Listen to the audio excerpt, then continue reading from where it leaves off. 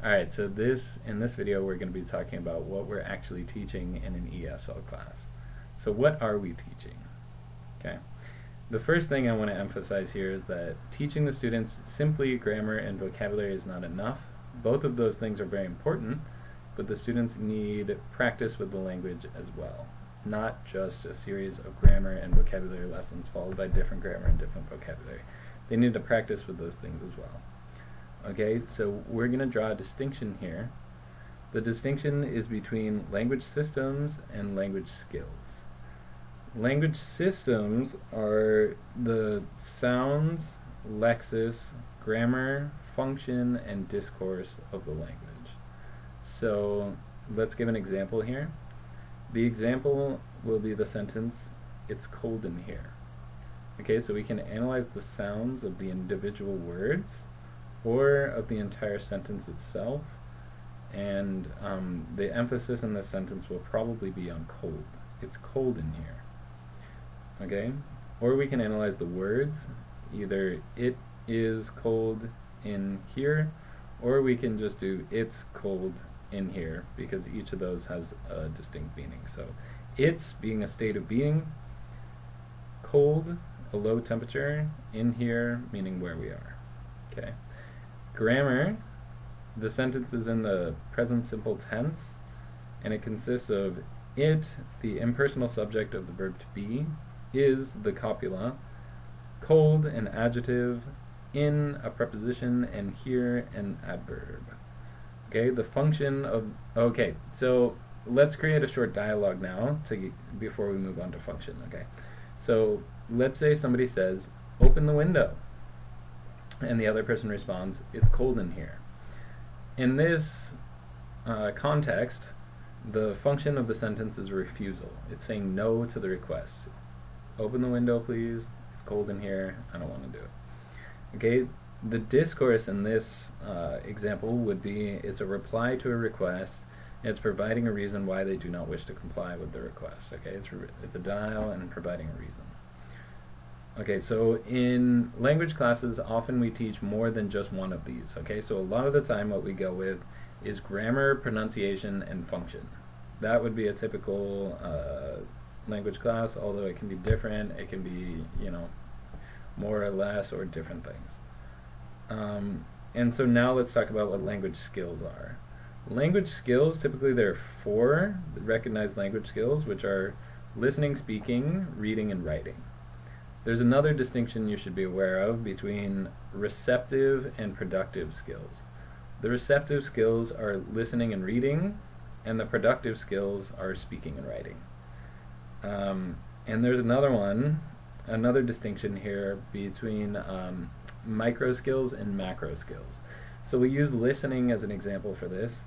Listening, speaking, reading, and writing are all macro skills.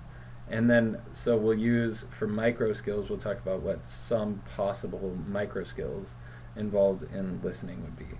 So it might be getting the gist of an information, extracting precise information out of a listening, or compensation, which is like if you don't hear a word clearly, then your brain kind of just fills it in.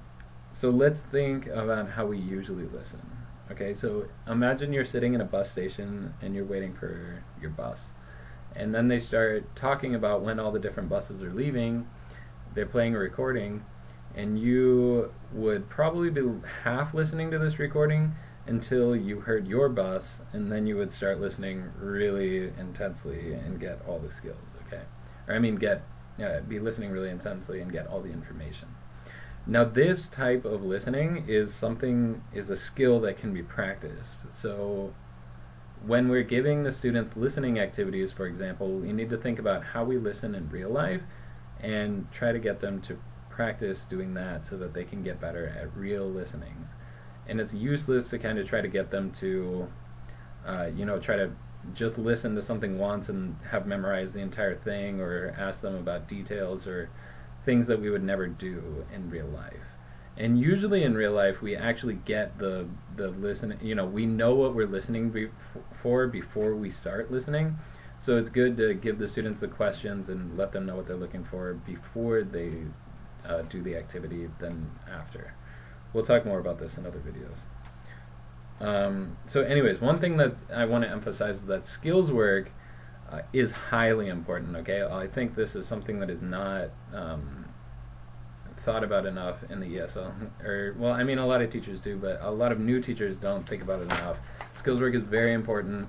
Don't just go from grammar, vocabulary to the next grammar, vocabulary, and on and on and on. You need to give them a chance to, you know, speak, listen, read, write, work on what they know, and yeah, it takes a long time.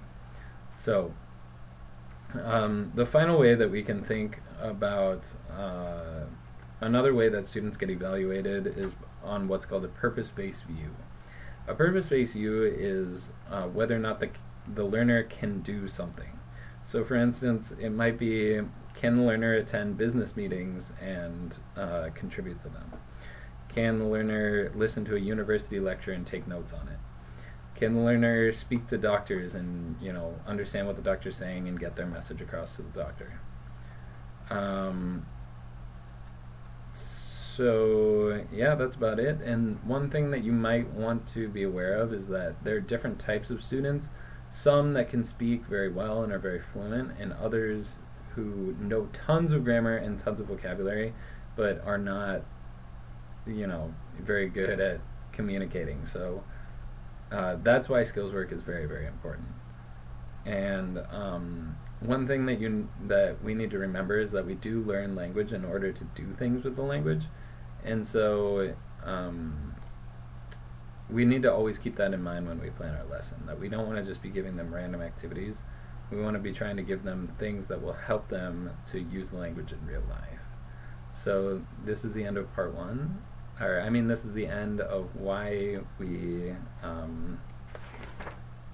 what we are teaching in the ESL classroom, and thank you for listening.